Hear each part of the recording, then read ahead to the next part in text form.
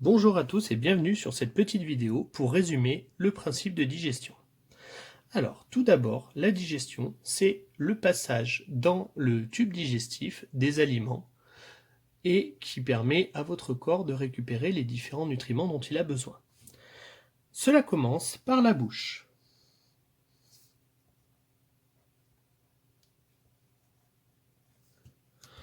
Dans la bouche, les aliments vont subir deux types de transformations. Une transformation mécanique, c'est les dents.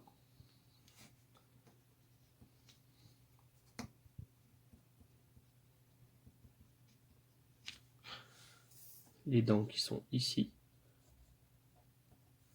Et une transformation chimique.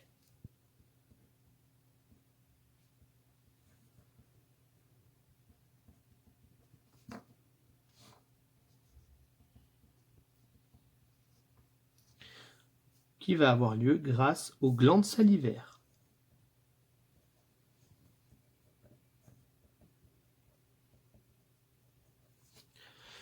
Une fois la mastication faite, la nourriture va passer dans l'œsophage. C'est la deuxième étape.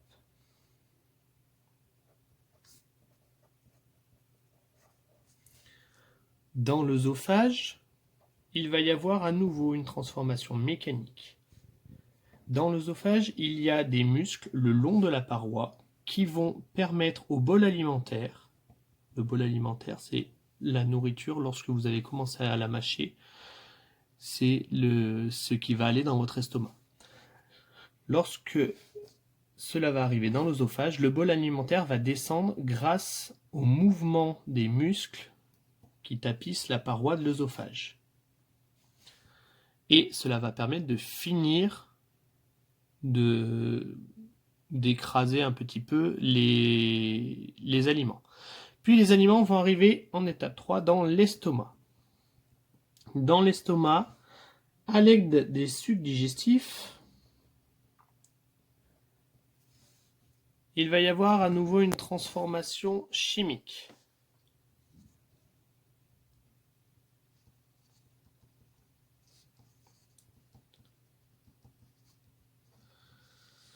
Les aliments vont être malaxés par les muscles de l'estomac, mélangés, puis ils vont être dégradés petit à petit avec tous les sucs digestifs présents dans l'estomac. Lorsque la nourriture sort de l'estomac, elle arrive dans l'intestin grêle. L'intestin grêle que nous voyons ici.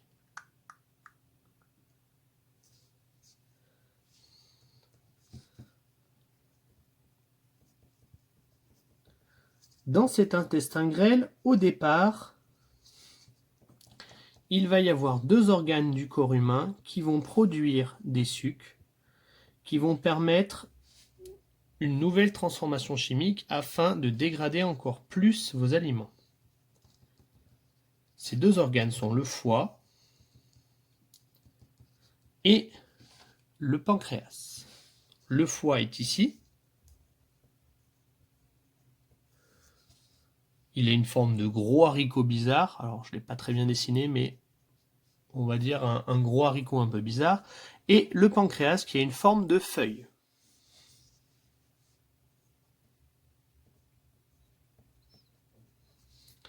Le foie va produire, grâce à la petite vésicule à l'intérieur, qu'il a à l'intérieur de la bile, cette vésicule s'appelle la vésicule biliaire, et le pancréas va produire des sucs pancréatiques. Lorsque vos aliments, les nutriments qui ont été dégradés, qui passent dans l'intestin grêle, passeront dans l'intestin grêle, tous les nutriments nécessaires à votre corps vont passer dans le sang. L'intestin grêle est une zone très vascularisée, avec beaucoup de vaisseaux sanguins, qui va permettre à votre corps de récupérer tous ces nutriments dont elle a besoin pour fonctionner. Une fois que vos aliments ont passé l'intestin grêle, ils vont arriver dans une nouvelle partie, qui est la partie ici, qui s'appelle le gros intestin, mais qui s'appelle aussi le côlon. C'est l'étape 5. À l'entrée du côlon, il y a une petite zone ici qui permet de récupérer certains déchets. C'est l'appendice.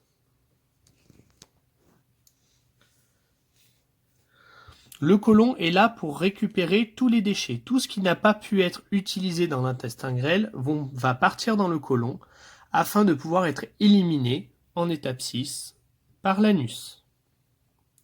Avant d'arriver à l'anus qui est ici, vos déchets vont passer par le côlon, le rectum, pardon, qui va permettre de réabsorber.